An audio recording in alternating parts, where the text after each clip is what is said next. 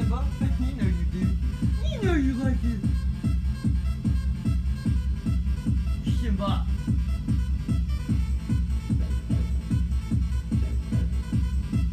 This is DJ Dean. I've never heard this song.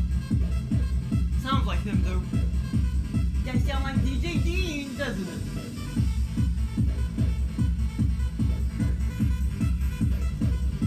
What is this? Odyssey mix.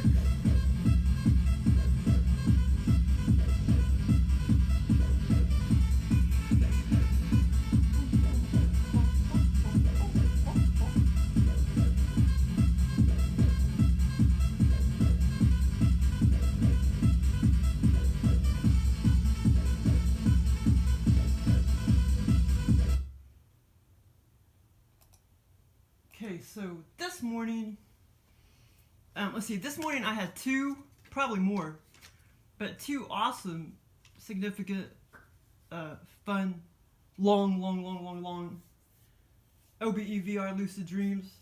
And then yesterday, I kind of had was it yesterday or 2 days ago? Crap, no, maybe it was 2 days ago.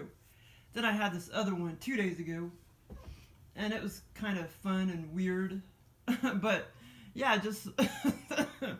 The aliens just pick all these little random details in my brain and they create these awesome lucid dreams for me.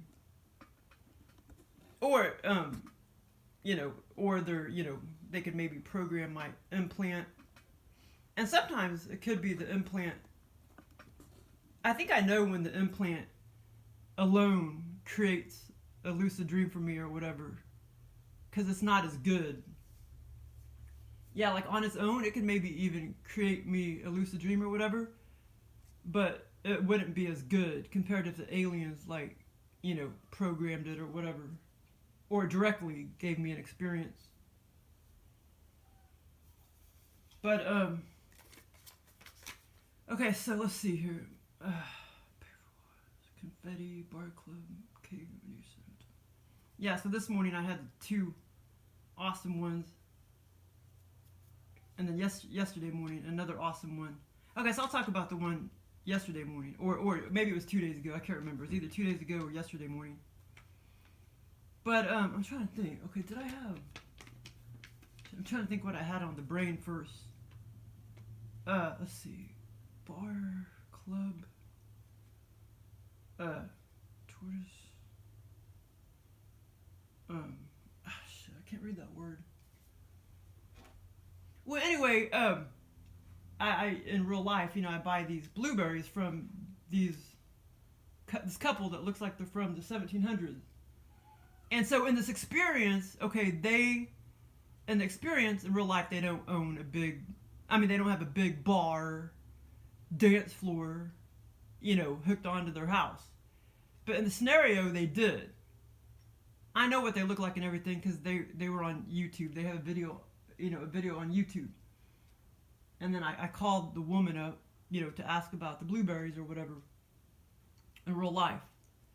So in the scenario, the couple, they're kind of older couple, they owned this big, it was just one big, huge,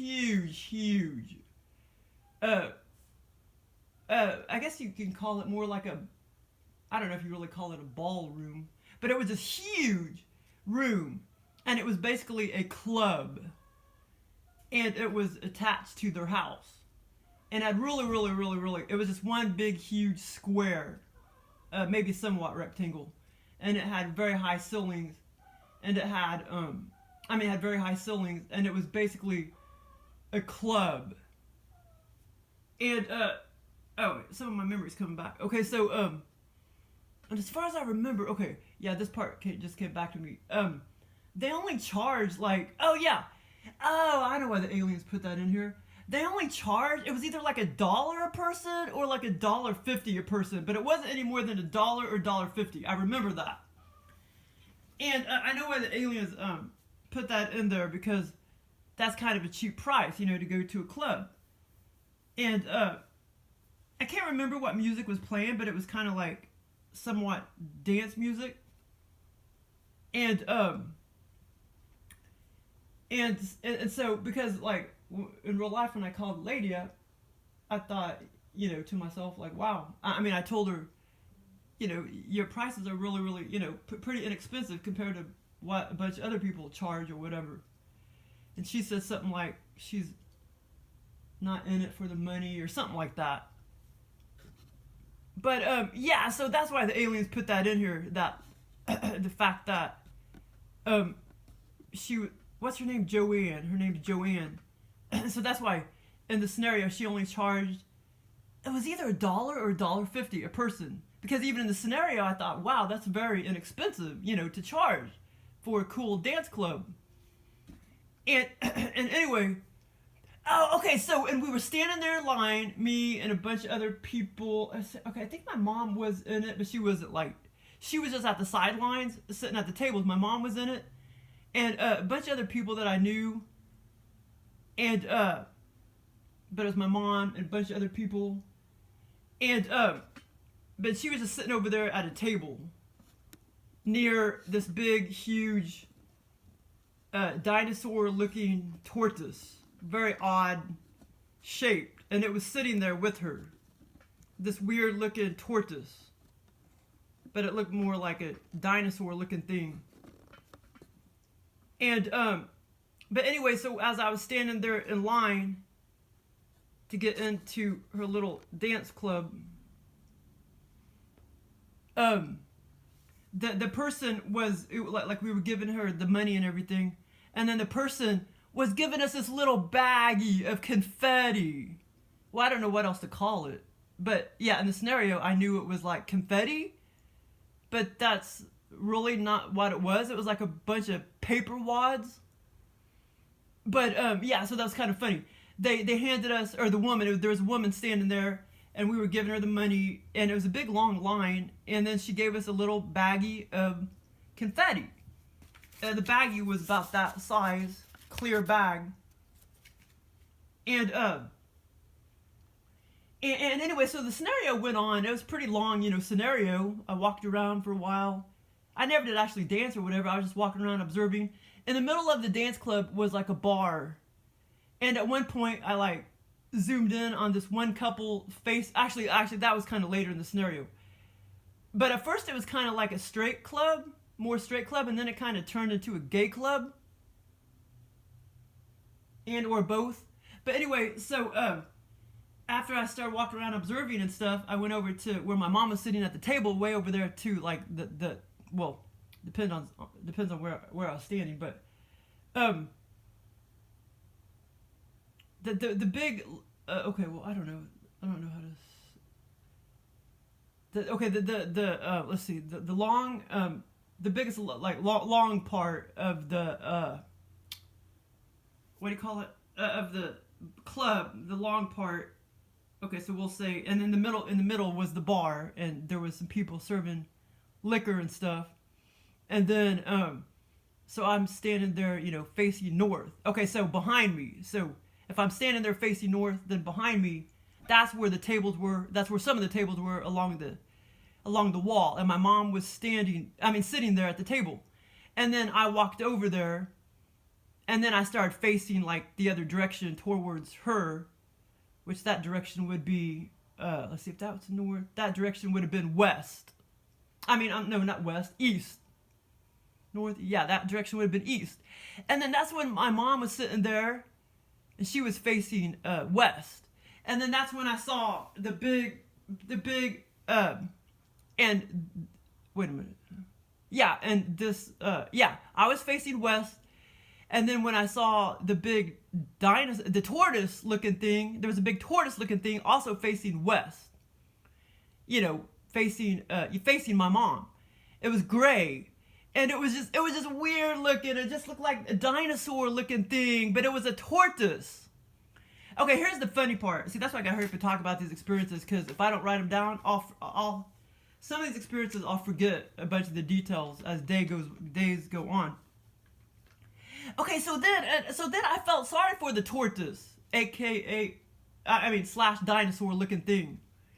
But it was actually a tortoise, but it looked like some kind of dinosaur looking thing, and I couldn't even make out a face. It didn't really even have a face. And then I for whatever reason, I wanted to set it free. So I took it out. I let it follow me outside. And at this point, there was a door facing outside. And that direction would have been west. Well, should I care? Why? I don't know my directions, I guess. North? Yeah, west. I mean, I was facing east. The dinosaur was facing west. I was facing east, and then my mom was facing west. I think I said that right. But anyway, so the dinosaur looking did I say that right? Okay, north. And anyway, the door was on the west. And then at first, like I say, I was facing east and my mom was facing west. The dinosaur looking thing was facing me, so it was facing west. And anyway, like I said, I couldn't even make out a face, but I was just kind of like, come on, let's go outside. So it came outside with me. At that point, I can't remember if my mom came out with me or not. But I went outside, and I was outside the club, basically in Joanne's yard. And actually, I mean, I don't really remember seeing... It was dark time. It was dark time. And I don't really remember seeing grass or anything, but I remember seeing, like a fence. I don't remember seeing trees or anything, but there was, like, a fence. Patio, somewhat of a patio or whatever. And so as the tortoise came outside with me... Okay, this is really weird, and this is not the first time the aliens have done this. It turned into a PUMA. And yeah, but it was a very small PUMA, like just about double the size of, Simba, my cat. He's a pretty large cat. So this PUMA was just like a couple times, maybe 2.5 times bigger than my cat, Simba. It was just a small PUMA, a tannish, beige PUMA. And so that was really weird, but that's not the first time the aliens have done that. Like make me think, or make me see like a big fish, and then boom, a few minutes later, it turns into an alligator. It's really weird. That's not the first time they've done that. So this dinosaur looking, but it was a tortoise. This tortoise looking, weird looking, big old dinosaur looking face. Except you couldn't really see the face. It was like Elephant Man or something. Yeah, that's a good description. Like Elephant Man, real fucked up looking thing. And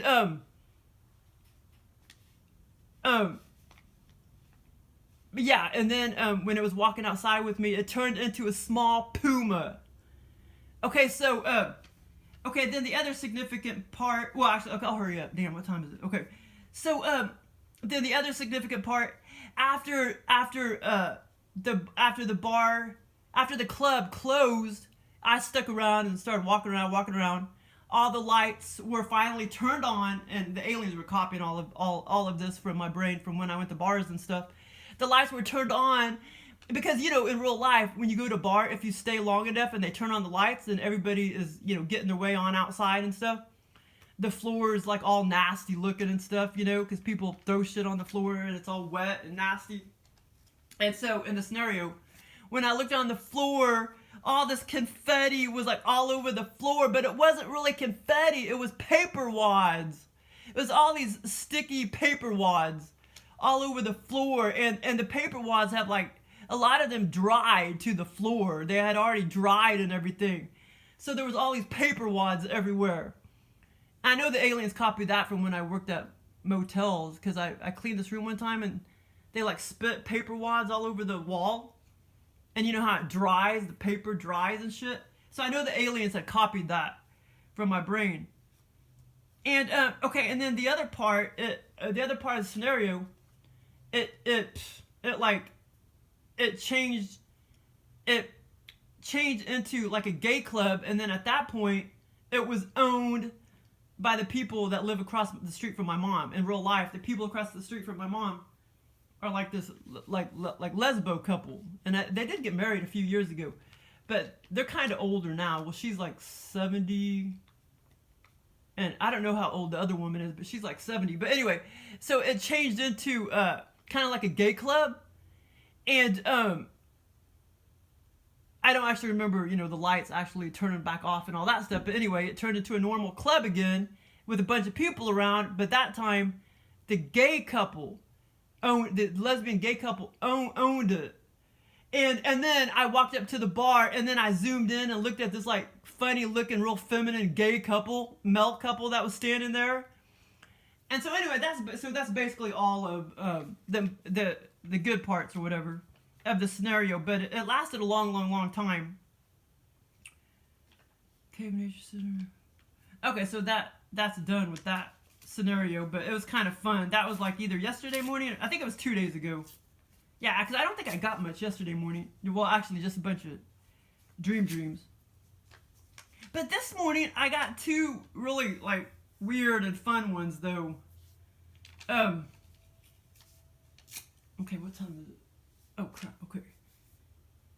Okay, Nature Center. Okay, so this one, it's like I was, visiting the Nature Center.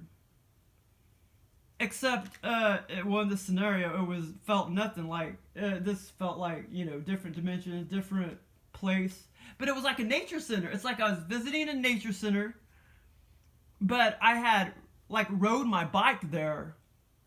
And the host, or kind of like, not the host, but kind of like the worker, was a guy on YouTube that, I've been watching abandoned videos. This guy on YouTube, he was kind of like the host or the worker of this nature center, and there was a big building right there, and then I started walking around the nature center, and then I probably wouldn't have talked about this experience if it wasn't for the cool caves and shit, because it was just like, it was very vivid. All these experiences are so very vivid. Even though sometimes, depending on how good the scenario is, sometimes you can still forget the details pretty fast, depending on how good it is. Or, you know, I guess sometimes the aliens program it like that or whatever. But, so anyway, so I started walking around, looking at trees and stuff. I didn't really go far, but I was just kind of walking around, you know, 20 yards to the left, 20 yards to the right. And I was kind of like on, what do you call it? I don't know if you call it. Well, anyway, kind of like, it's funny. I don't know why the aliens gave me this scenario, but, well, I mean, I had the Nature Center on the brain, you know, a couple weeks ago or whatever. So they were trying to copy the Nature Center when I used to go to the Nature Center. I mean, I haven't been in a few years, but I need to go. But, the Nature Center here, but I know the aliens were trying to copy that because there was a building right there. And then, okay, so I was walking around the Nature Center, you know, I just kind of went over to the left, to the right. I saw trees, grass, dirt, and all that. And then there was like an embankment, you know, like a ledge. And I was trying to figure out how to get down there. It was, and I was kind of like scared that I was going to fall and stuff to try to go through the trees to get down there, to hop down there. But my bicycle was down there. It was laying over. It wasn't on a kickstand. It wasn't the red, well, actually, I don't know. It could have been the red one, but anyway, it was one of my bikes, what do you call it? Mountain bikes. And it was laying over on its left side. I was just laying there on a path. And I was trying to figure out how to get down there, how to walk down there and without slipping and sliding to go get my bike to bring it back up the incline. And, okay, yeah. And so then I finally got down there and I picked up my bike, and then this guy started walking to the left of me.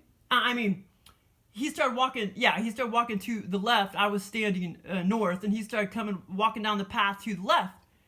And he said something to me, damn it. I'm trying to remember what he said to me. He said, he said something like, are you going to start riding your bike or what? Or something like that. And I told him, yeah, I was just like going to ride my bike around or whatever. I think that's what he said. Like, he was just asking me, are you going to get it? But the funny thing is, he looked like a zombie. He was just kind of like walking. He looked like a zombie, like he was drunk and everything. And I know the aliens just copied that because of that guy down the street in real life. he's like a zombie because he's drunk all the time. He probably mixes it with dope, I'm not sure, and he just came over to the house in real life last night, and he's walking down the street. He can't drive, I don't think. I think he lost his license or something, but he acts like a zombie, you know? And so the aliens copied that in the scenario and made that guy in the scenario, because when I first saw him, I could tell he was almost seemed like a zombie or something. But then he like was asking me, you know, are you gonna get on your bike or what, or something like that? And I was like, yeah, I'm getting ready to get on it, ride around or whatever. And he had kind of short, dark hair, and he looked about not as the old guy, not as old as the old guy in real life that came to the house the other day, but he was just looked about like 40. And anyway, so he started walking along. He had jeans on. He started walking along, and then I was still trying to figure out how I'm going to get my bike up the big O embankment. Okay, well, that's when the host came down and helped me. But before that, and this scenario lasted a pretty long time too.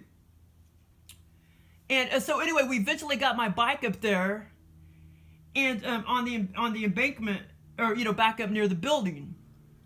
And then I had walked back down for whatever reason, and that's when I saw the cool shit. That's when I started looking at these cool caves and shit. But I was like, in the scenario, like I knew I didn't want to go in there. I knew it was too scary for whatever reason. I don't know why it was scary, but I knew that it was scary and I didn't want to go in there. But it was just this cool looking cave and tunnels. There was like 2 or 3 of them. And, you know, there was like some twigs and stuff and little trees all around and on top and stuff. But yeah, when I looked in there, it was so cool.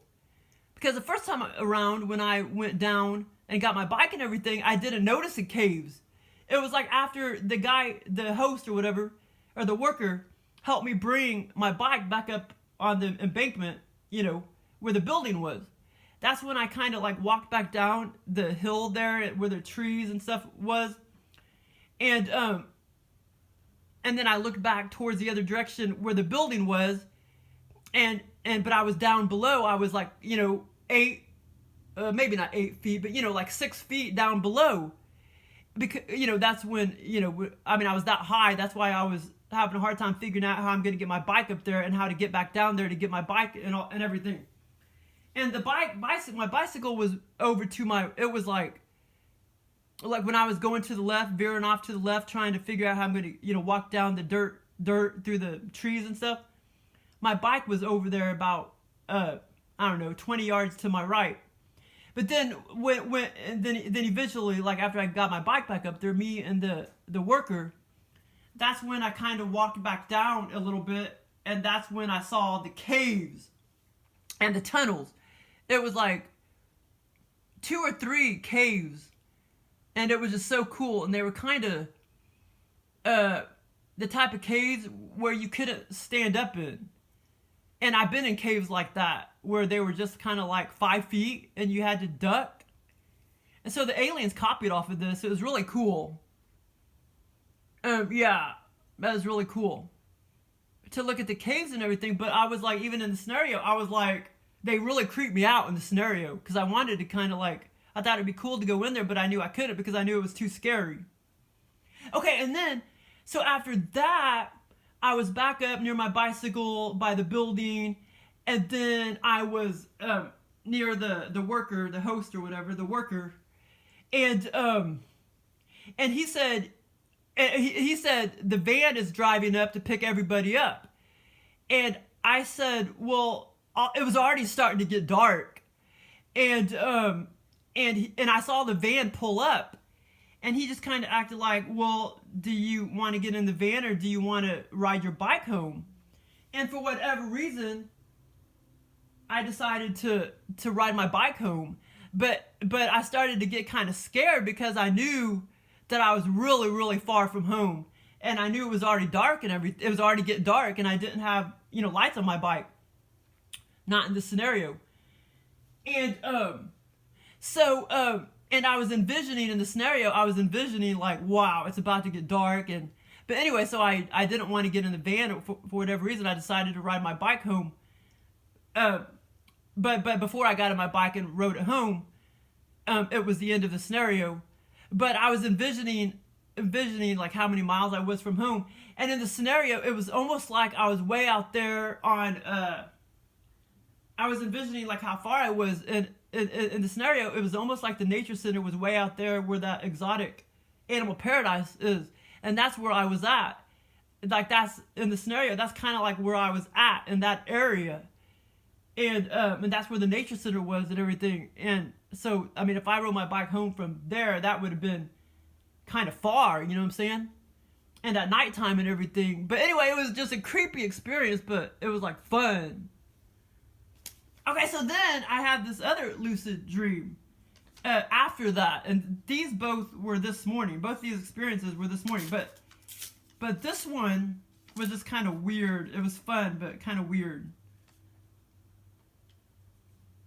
And okay, well, anyway, so this third one, okay, the whole scenario, I was in this pretty big motel room, me and my friend Angie, and we were just like walking around, and I can't even remember why. I don't think the aliens really told me why we were there and staying there, but we stayed there. Like, I mean, we were in the scenario in the motel room forever and ever and ever.